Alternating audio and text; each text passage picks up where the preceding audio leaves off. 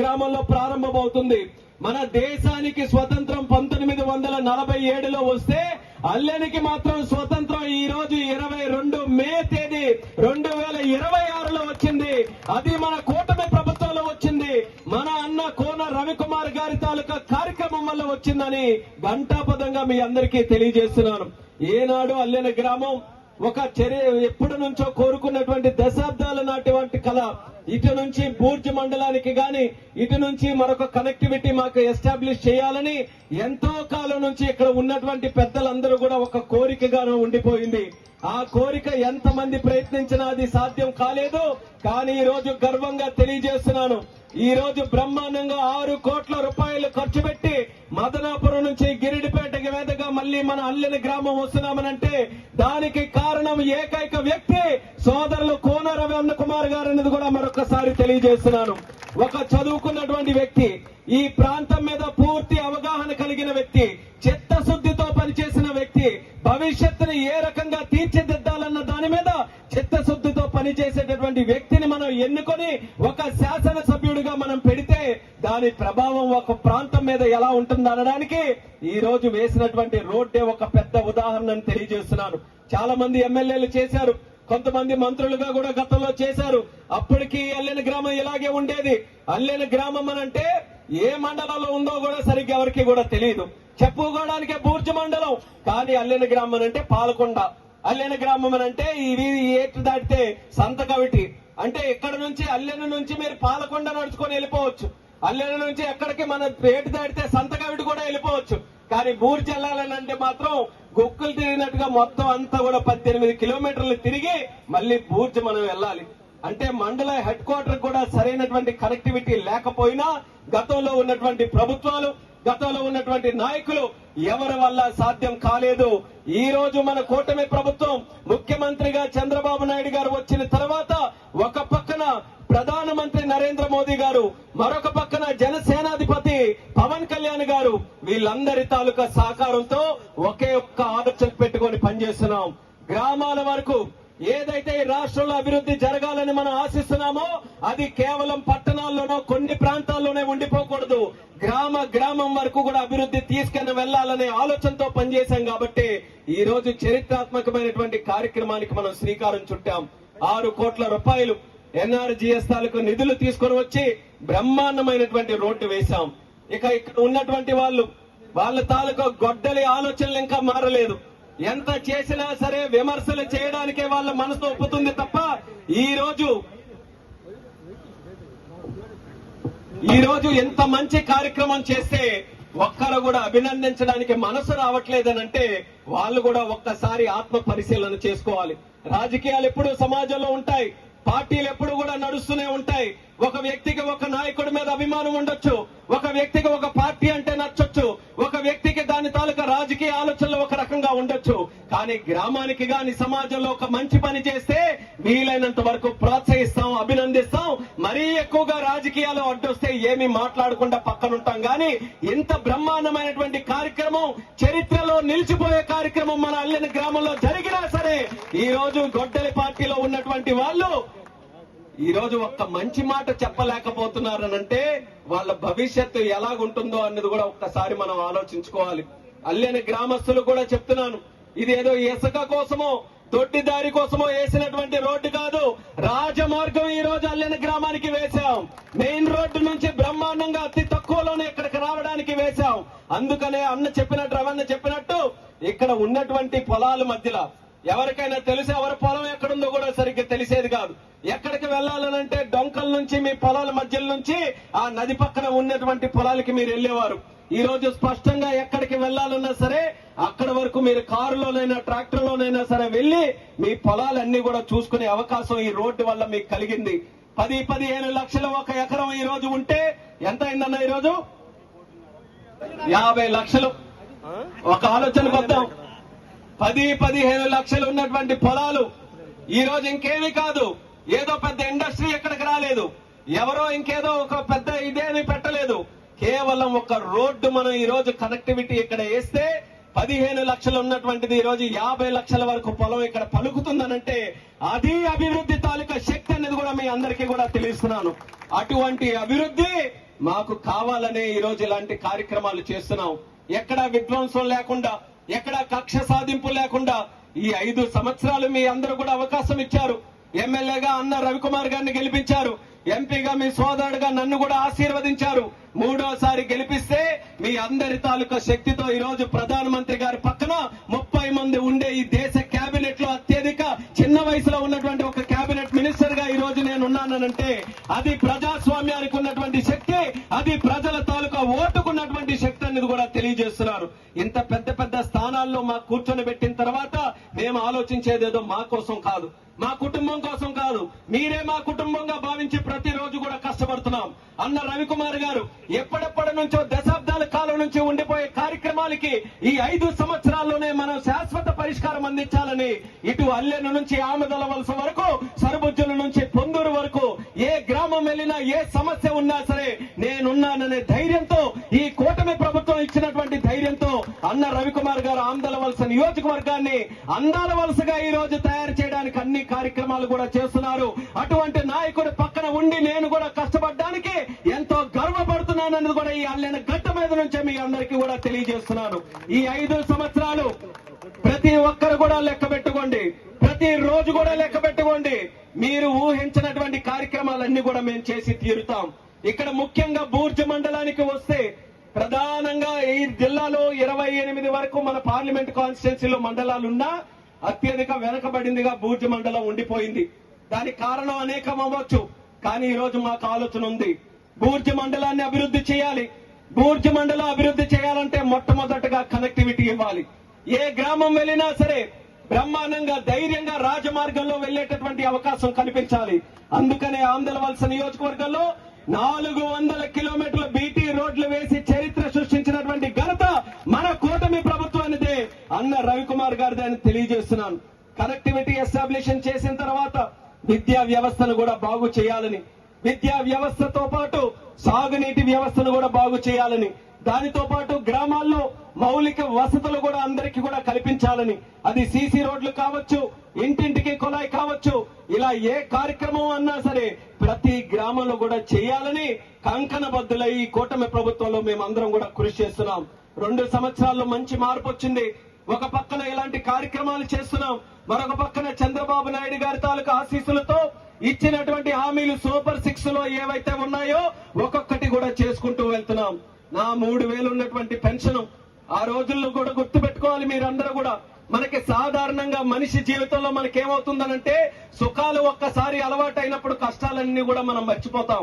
కానీ 5 సంవత్సరాలు గతంలో ఉన్నటువంటి ప్రభుత్వంలో ఎలాంటి కష్టాలు మనం పడ్డామో, ఎలాంటి అవమానాలు మనం పడ్డామో, ఏ రకంగా చిత్రహింసలు మన లాంటి ప్రజలకి పెట్టారో అదన్నీ కూడా గుర్తు పెట్టుకోవాలని మీ అందరికీ తెలియజేస్తున్నాను.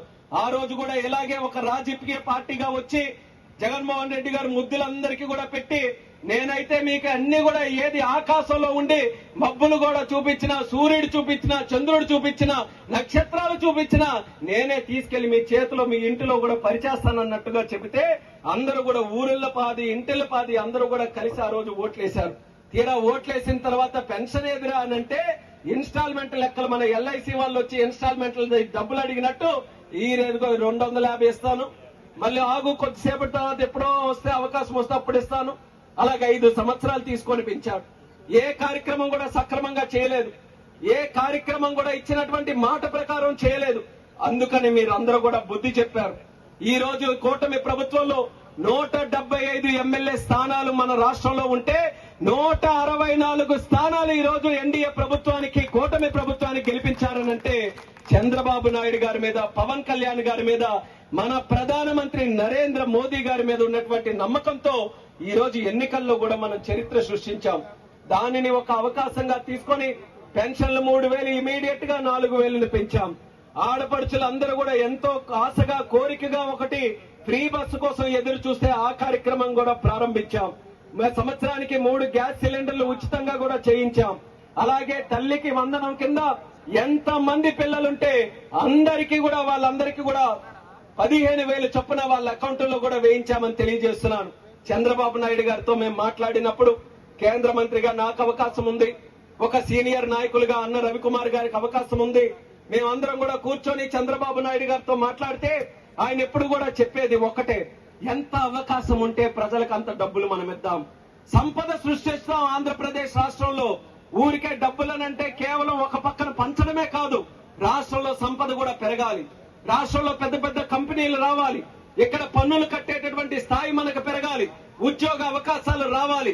ఈ ఆలోచనలతో చంద్రబాబు నాయుడు గారు నిరంతరం కృషి చేస్తున్నారు. కాబట్టి అమెరికాలో శాన్ ఫ్రాన్సిస్కో అక్కడ ఉన్నటువంటి గూగుల్ సంస్థ మన ఉత్తరాంధ్ర మన విశాఖపట్నం వచ్చి $15 బిలియన్ అంటే 1,36,000 కోట్ల రూపాయలతో సంస్థని ఇక్కడ మన విశాఖపట్నంలో పెడుతున్నారనంటే చంద్రబాబు నాయుడు గారి మీద, కూటమి ప్రభుత్వం మీద ఉన్నటువంటి నమ్మకం అని తెలియజేస్తున్నాను.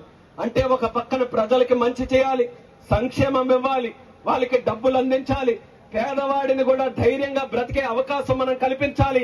అలాగే మరొక పక్కన రాష్ట్రంలో కూడా సంపద సృష్టించాలని చంద్రబాబు నాయుడు గారు సంక్షేమం అభివృద్ధి జోడెద్దుల బండిలాగా ఈ రోజు ముందుకు నడిపించడానికి సాహసోపేతమైనటువంటి నిర్ణయాలతో ముందుకు నడిపిస్తున్నారు.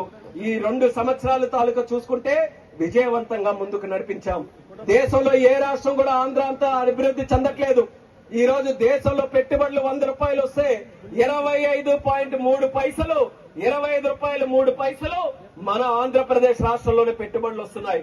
నేను కేంద్ర మంత్రిగా ముఖ్యమంత్రులతోనే మాట్లాడుతూ ఉంటాను. రోజు ఎవరో ఒకరు ఏదో ఒక రాష్ట్రం నుంచి ముఖ్యమంత్రులు వస్తుంటారు. వాళ్ళ తాలూకా కోరిక ఈ రోజు ఏవియేషన్ లో మా దగ్గర కూడా ఎయిర్పోర్ట్లు కావాలని. ముఖ్యమంత్రులు స్వయంగా వచ్చి నా నియోజకవర్గంలో కూడా ఎయిర్పోర్ట్ పెట్టమని చెప్పి వాళ్ళందరూ కూడా ప్రతిరోజు ఫాలోఅప్ చేస్తుంటారు. అయితే ఒక పక్కన ఏవియేషన్ గాని, ఎయిర్పోర్ట్లు గాని, లేకపోతే మా డిపార్ట్మెంట్ తాలూకా విషయాలన్నీ కూడా అయిపోతే ఆయన మళ్ళీ ముఖ్యమంత్రులు అందరూ దగ్గరికి వచ్చి ఏం మాయ చేస్తున్నాడు మీ చంద్రబాబు నాయుడు గారు, మాకు కూడా చెప్పండి, మేము చూడలేకపోతున్నాం. రోజు పేపర్లు తీస్తే ఏ కంపెనీ వచ్చినా ఆంధ్రాకే వెళ్తుందనంటే మా దగ్గర ప్రజలు అడుగుతున్నారు, మీ దగ్గరికి ఎందుకు రాలేదని చెప్పి ఆ ముఖ్యమంత్రులు నాకు తెలిసే ఒక పక్కన గర్వంతో మురిసిపోతూ ఉంటుంటాను. మన సొంత రాష్ట్రమైన ఆంధ్రప్రదేశ్ రాష్ట్రానికి చంద్రబాబు నాయుడు గారి తాలూకా నాయకత్వంలో ఈ రోజు దేశ స్థాయిలో అటువంటి గుర్తింపు వచ్చిందనంటే ఆ రోజే మీ అందరికీ మాటిచ్చాం. కూటమి ప్రభుత్వానికి ఓటేయండి, దేశంలోనే #1 ప్రభుత్వం, #1 రాష్ట్రం మన ఆంధ్రప్రదేశ్ అవుతుందని ఆ గర్వం మీ అందరికీ కూడా ఈ రోజు ఇచ్చామని ఈ సభాముఖంగా తెలియజేస్తున్నాం. వెళ్ళండి, మీరు దేశంలో ఎక్కడికి వెళ్ళినా సరే ఆంధ్ర చంద్రబాబు నాయుడు గారు అంటే ఎంతో గౌరవంతో తలెత్తుకొని మీ అందరికీ కూడా గౌరవంతో మీ అందరికీ అభివర్ణిస్తారు. అది ఈ రోజు ఆంధ్ర తాలూకా స్థాయి దేశంలో అనేది కూడా తెలియజేస్తూ భవిష్యత్తులో మన ప్రాంతం వరకు ఆ అభివృద్ధిని పూర్తి శాతం తీసుకొని వచ్చి నేను గాని, మన జిల్లా మంత్రివర్యులు బాబాయ్ అచ్చెన్నాయుడు గారు, అన్న రవికుమార్ గారు, ఇంకా టీం చాలా మంది ఎమ్మెల్యేలు అందరం కూడా ఏ వేదిక దొరికినా సరే ఒకే ఒక్క మాటతో ముందుకెళ్తున్నాం. కంపెనీలు మా శ్రీకాకుళం తీసుకొని రండి, కంపెనీలు తీసుకొని రావాలి. అయితే కొన్ని ఛాలెంజెస్ కూడా మీరు అందరూ అర్థం చేసుకోవాలి. ఈ రోజు ప్రభుత్వం ఉంది, కేంద్ర మంత్రులు ఉన్నారు, రాష్ట్ర మంత్రులు ఉన్నారు, సీనియర్ నాయకులు, పెద్ద పెద్ద నాయకులు, ఆలోచనలున్న నాయకులు ఉన్నారు. కంపెనీ లేవని చాలా మంది కూడా ఆలోచిస్తున్నారు. అయితే కంపెనీలు ఉండాలనంటే కేవలం పదవులు ప్రభుత్వాలు ఉంటేనే కాదు, దానికి సరిపడా ఇక్కడ అన్ని సౌకర్యాలు కూడా ఉండాలి. సౌకర్యాలనంటే సరైన కనెక్టివిటీ మనం అందించాలి. సరైన కనెక్టివిటీతో పాటు వాళ్ళకి అన్ని సరిపడా నీళ్లు మనం అందించాలి. నీళ్లతో పాటు అత్యధిక ముఖ్యమైనటువంటిది ఏ ఇండస్ట్రీ ఉండాలన్నా 24 గంటలు స్వచ్ఛమైనటువంటి పవర్ కూడా వాళ్ళందరికీ అందించాలి. పవర్ అందించిన తర్వాత ముఖ్యంగా వాళ్ళకి కావాల్సినటువంటిది వాళ్ళు ఎంతలో కంపెనీ పెట్టుకోవాలనుకుంటున్నారో దానికి కావాల్సినటువంటి భూమి వాళ్ళందరికీ కూడా అందించాలి. భూమి ఈ రోజు అందించాలనంటే తలప్రాణం తోకకొచ్చే పరిస్థితి ఈ రోజు శ్రీకాకుళం జిల్లాలో. దానికోసం అనేక ప్రయత్నాలు ఎప్పుడు చేసినా సరే ఒక పక్కన కంపెనీలు తెద్దామని ఒక పోరాటం జరిగితే కంపెనీలు రాకూడదని మరొక పోరాటం ఇలా జరుగుతుంది. ఇద్దరి మధ్యలో ఇలా ఘర్షణలు జరిగి ఏ ఒక్కరు కూడా రాలేదు. ఈ పిల్లి కొట్టుకుంటే కోతి ఎత్తుకెళ్లిపోయినట్టుగా, లేకపోతే కోతి కొట్టుకుంటే పిల్లి వచ్చుకొని ఎత్తుకెళ్లిపోయినట్టుగా ఈ రోజు మనమే ఇక్కడ భూమి ఇవ్వాలా వద్దా, ఒక పక్కన అటు ఒక పక్కన ఇటు రాజకీయాలు, పోరాటాలు, ఈ సంఘాలు ఆ సంఘాలని చేసుకుంటే ఆ వచ్చిన వాడు అంతాకు వస్తే ఎక్కడి వరకు ఎందుకు వెళ్ళాలి? విశాఖపట్నం వెళ్ళిపోదాం. ఎక్కడి వరకు ఎందుకు వెళ్ళాలి? అనంతపూర్ వెళ్ళిపోదాం. ఎక్కడ భూమి వస్తే అక్కడికి వెళ్దాం. వాళ్ళు కూడా వ్యాపారం చేసుకోవాలి, వాళ్ళు కూడా తొందరగా కంపెనీలు పెట్టాలి, వాళ్ళు కూడా ఎక్కడ అవకాశం ఉంటే అక్కడికి వెళ్ళాలి. అలాంటిది ఈ రాష్ట్రంలో అనేక ప్రాంతాలు ఉన్నాయి, అనేక జిల్లాలు ఉన్నాయి, అనేక అవకాశాలు వస్తున్నాయి. అందరం కూడా రవణ గాని నేను గాని అందరం కూడా చెప్తున్నా సరే కొన్ని స్థానికంగా మనకు కొన్ని ఛాలెంజెస్ ఉన్నాయి. ఆ ఛాలెంజెస్ గానీ అధిగమించాలనంటే అది కేవలం ప్రభుత్వాల వల్ల మా వల్లనే కాదు, స్థానిక ప్రజానికం కూడా మీరందరూ కూడా చైతన్యవంతులై ఈ జిల్లాలో కూడా పెట్టుబడులు సాధించేటటువంటి అవకాశం మనకుంది. ఇది వెనుకబడినటువంటి జిల్లా కాదు, ఇది అవకాశాల జిల్లా. అన్ని వనరులు కూడా మన శ్రీకాకుళం జిల్లాలో ఉన్నాయి. ఏ కంపెనీ అయినా కూడా ఇక్కడికి వస్తే రాజమార్గంలో తీసుకొని వస్తాం, పెట్టిస్తాం. స్థానికంగా ఉన్న యువతి యువకులకి ఇక్కడే ఉద్యోగాలు కల్పిస్తామన్న నమ్మకం ఇక్కడ ప్రజానికానికి కూడా ఉంటే ఎలాంటి పని అయినా సరే మనకు అసాధ్యం కాదనేది బూర్జ ప్రజలు కూడా ఈ సభాముఖంగా తెలియజేస్తున్నాను. ఒక్క ఇండస్ట్రీ చాలు మన జిల్లా మార్పు తీసుకొని రావడానికి. ప్రభుత్వం నుంచి మేము పోరాటం చేస్తున్నాం. అనేక పిఎస్సీలు ఉన్నాయి, పబ్లిక్ సెక్టర్స్. ఇప్పుడు అలాంటి దీనికే రాష్ట్రంలో కూడా ప్రాతినిధ్యం వహిస్తున్నాడు రమణ కూడా. అందరితో కూడా మాట్లాడుతూ ఉంటాడు. కేంద్రంలో కూడా వందల పిఎస్సీలు ఉన్నాయి. అందరితో కూడా మాట్లాడుతున్నాం. ఏ సంస్థకి సరైన విధంగా ఈ ప్రాంతం అనుకూలంగా ఉంటుందో ఒక చర్చ జరిపిస్తున్నాం. అలాగే ప్రజల తాలూకా సహకారం కూడా ఉండి ప్రజల్లో కూడా ఒక చైతన్యం వచ్చి మేము సిద్ధంగా ఉన్నాం, మా ప్రాంతంలో పెట్టండి అనే నమ్మకం కానీ మీ అందరూ కూడా మాకు కల్పించగలిగితే ఇంకా శరవేగంగా మన ప్రాంతం మారడానికి అవకాశాలు ఉంటాయి. ఇంకా మోడ్లోకి మనం వెళ్లాల్సిందే. అన్నీ సాధించగలం. రోడ్డులు మన చేతిలో ఉండే పనే. కాస్త కష్టమై మన బోర్డర్ దాటి ఇది అంటే అంచనాలు పెరిగితే ముఖ్యమంత్రి గారి దగ్గరికైనా వెళ్తాం, రిక్వెస్ట్ చేస్తాం, నిధులు తీసుకొని వస్తాం. ఈ రోజు ఈ ప్రోగ్రాంలన్నీ కూడా చేయడానికి సిద్ధంగా ఉన్నాం. కానీ ఆర్థికంగా మనం బలపడాలి. ఆర్థికంగా బలపడాలనంటే వ్యాపారం నిరంతరం జరుగుతూనే ఉండాలి. ఎకనామిక్ యాక్టివిటీ ఆ ప్రాంతంలో నిరంతరం కొనసాగుతూనే ఉండాలి. అందుకనే చాలా మంది యువతి యువకులు ఈ రోజు ఎవరు వస్తున్నారు, మనం ఒక్కసారి 10th అయింది, 12th అయింది, ఇంటర్ అయింది, కాస్త ఏదో డిగ్రీ అయిందనంటే రెజ్యూమే తయారు చేసుకొని ఎవడు ఉద్యోగం ఇస్తాడనే తిరుగుతున్నాం మనం. లేకపోతే కష్టపడి ఏ బ్యాంకుల్లోనో, ఏ ఆర్మీలోనో, లేకపోతే ఆర్మడ్ ఫోర్సెస్ లోనో, ఇంకెక్కడైనా సరే ఏదో ఒక ఉద్యోగం. అంటే గుమస్తా అయినా పర్వాలేదు, క్లర్క్ అయినా పర్వాలేదు, లేకపోతే ఆ సరిహద్దులో ఉన్న జవాన్ అయినా పర్వాలేదు. ఉద్యోగాలంటే ఎవరో అపాయింట్మెంట్ ఆర్డర్ ఇస్తేనే మన జీవితం ముందుకెళ్తుందన్న ఆలోచనతోని ఎంత చదువుకున్నా, మన దగ్గర ఎంత టాలెంట్ ఉన్నా, మనకి ఎన్ని ఆలోచనలు మంచి వస్తున్నా సరే అపాయింట్మెంట్ ఆర్డరే చేతిలో కావాలన్నట్టు విధంగా యువతి యువకులు అందరం కూడా వెళ్తున్నాం. కానీ అందులో కూడా మార్పు రావాలి. ఈ రోజు మీరు అందరూ కూడా చూస్తే ఒక్క ఐడియాతో, చిన్న ఐడియాలు కూడా బలమైనటువంటి ఐడియాలతో ఒక ఆంటర్ప్రెనర్ గా వాళ్ళందరూ కూడా మారితే లక్షల కోట్ల కూడా సంపాదించినటువంటి వ్యక్తులు ఉన్నారు. దానికి నేను కంటా బ్రహ్మాండంగా చెప్పాలనంటే శ్రీనిబాబు ఉన్నాడు ఇక్కడ, ఆయనే చెప్పాలి. ఆయన కూడా చదువుకున్నాడు. చదువుకుని ఏదో ఉద్యోగం చేసుకుని ఉంటే మన దగ్గరలో పోనీ ఆయనకున్న తెలివితేటలకి మరీ సాధిస్తే ఐఏఎస్ ఇక్కడ ఉండేవాడేమో. ఐఏఎస్ నుండే ఇక్కడే ఉండేవాడు, ఇంకా మనందరిలో ఉండేవాడు. లేకపోతే ఒక మంచి ఆఫీసర్ గా మనందరి దగ్గర తిరిగేవాడేమో. లేకపోతే ఏదో ప్రైవేట్ ఉద్యోగం దొరికిన ఉద్యోగంలో ఉండేవాడు. కానీ ఈ రోజు ఆయన ఒక ఆలోచన చేశాడు కాబట్టి ఎంతో మందికి ఉద్యోగాలు ఇచ్చే పరిస్థితిలో ఉన్నాడు. సంపద సృష్టించాడు మన రాష్ట్రంలో కానీ దేశంలో కానీ. అలా మీరందరూ కూడా తయారవ్వాలి. చాలా మంది రావాలి మంచి ఆలోచనలతో. మేము ఇది చేయాలనుకుంటున్నామని ఈ రోజు డిఫరెంట్ గా ఏదో ఒకటి ఆలోచించాల్సినటువంటి పరిస్థితి మన యువతి యువకుల్లో ఉండాలి. ఈ జిల్లా మార్పు తీసుకొని రావడానికి మాతో పాటు మీరందరూ కూడా సహకారం అందించాలని మళ్ళీ మీ అందరికీ కూడా కోరుతున్నాను. అల్లెన గ్రామం మొట్టమొదటిసారి నేను వచ్చినప్పుడు ఎర్రన్నాయుడు గారు చనిపోయిన తర్వాత ఆయన రాజకీయ వారసత్వంగా నేను ముందుకు వస్తే గౌరీశ్వరరావు గారు అప్పుడు మొట్టమొదటిగా ఆహ్వానించారు. నాకు ఆహ్వానించిన తర్వాత తీసుకొని వచ్చి నేను కూడా అప్పుడు బూర్జన్ అంటే బూర్జ వరకు ఒక అంచనా ఉండేది. గతంలో వచ్చాం కానీ అల్లిని రాలేదు. ఎప్పుడు అల్లిని రావాలి అని పట్టుబట్టిన తర్వాత అల్లిన వద్దామనంటే అంతకీ రాదు. అల్లిన బూర్జన్ అంటే ఒక నాకు అంచనా. కొత్త రోజులు నాకు కూడా రాజకీయాలు ఏవి ఎక్కడ ఉన్నాయో గ్రామాలు తెలియదు, ఏ వ్యక్తులు ఎవరో కూడా నాకు తెలియదు. వెళ్తున్న కొద్దీ పరిచయం, వెళ్తున్న కొద్దీ నేర్చుకోవడం. బూర్జ వచ్చాం, సరే బూర్జన్ అంటే శ్రీకాకుళం నుంచి ఒక అరగంటకు వస్తుంది. లేకపోతే బూర్జులో మండలాల ఉంటే బూర్జే అరగంట అయినప్పుడు అక్కడ నుంచి 10-15 గంటల్లో వెళ్ళొచ్చు. కానీ అల్లిన అంటే పాలకొండ వచ్చింది కానీ అల్లిన రాలేదు. ఇది ఎక్కడ విడ్డూరం అన్నట్టుగా అనిపించింది. తర్వాత అంతా తిప్పి వచ్చిన తర్వాత వాళ్ళ ఇంటి దగ్గర అక్కడ అరుగు మీద కూర్చొని అందరికి పెడితే ఇప్పుడు మీరు వచ్చారు కదా, మీరు చూశారు కదా, ఇది అల్లిన తాలూకా సమస్య. అంటే ఇంత తిరిగి అంత అంపిల్ మీదుగా పాలకొండ అన్ని తిరిగి లోపలికి వస్తే గానీ అల్లెన్ అంటే ఎక్కడ ఉందో, అసలు అల్లెన్ బూర్జులో ఉందో లేదో తెలియనటువంటి పరిస్థితి ఉంది. మీరు ఇలా దూరంగా ఉంది కదా రావడానికి అని చెప్పి మీరు కూడా దూరం పెట్టద్దు, అల్లెన్ మీ సొంత గ్రామం లాగా మీరు చూసుకోవాలని గౌరీశ్వరరావు గారు ఆ రోజు అన్నారు. ఆ మాట మీద మేము కట్టుబడి ఉన్నామని గ్రామస్తులందరికీ కూడా సందర్భంగా తెలియజేస్తున్నాం. కానీ నిజంగా ఆనందంగా ఉంది. ఇలాంటి కార్యక్రమాలు ఎవరో ఒకరు దృష్టి పెట్టి దాన్ని సాధించే వరకు కూడా ఒక ఒత్తిడి తీసుకొని వచ్చి ముందుకు నడిస్తే గానీ ఇవి కావు. ఈ రోజు అయిపోయిన తర్వాత ఒక 6 నెలలు ఆగితే మీకు ఎంత కష్టమైన పని అనేది కూడా మీరు మర్చిపోతారు. ఇంక రోజు రవాణా అయిన తర్వాత రోడ్డు వచ్చేసింది, ఇంకంతా కూడా సాధారణం అయిపోతుంటుంది.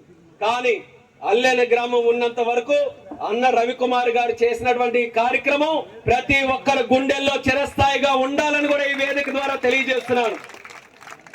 ఆయన పట్టుబట్టి ఎలాగైనా సాధించాలని 6 కోట్ల రూపాయలు ఎన్ఆర్ఈజిఎస్ వర్కులనంటే 10 లక్షలు, 15 లక్షలు, 20 లక్షలతో కూడా సీసీ రోడ్లు ఏ ఊర్లోనైనా మనం వేయొచ్చు.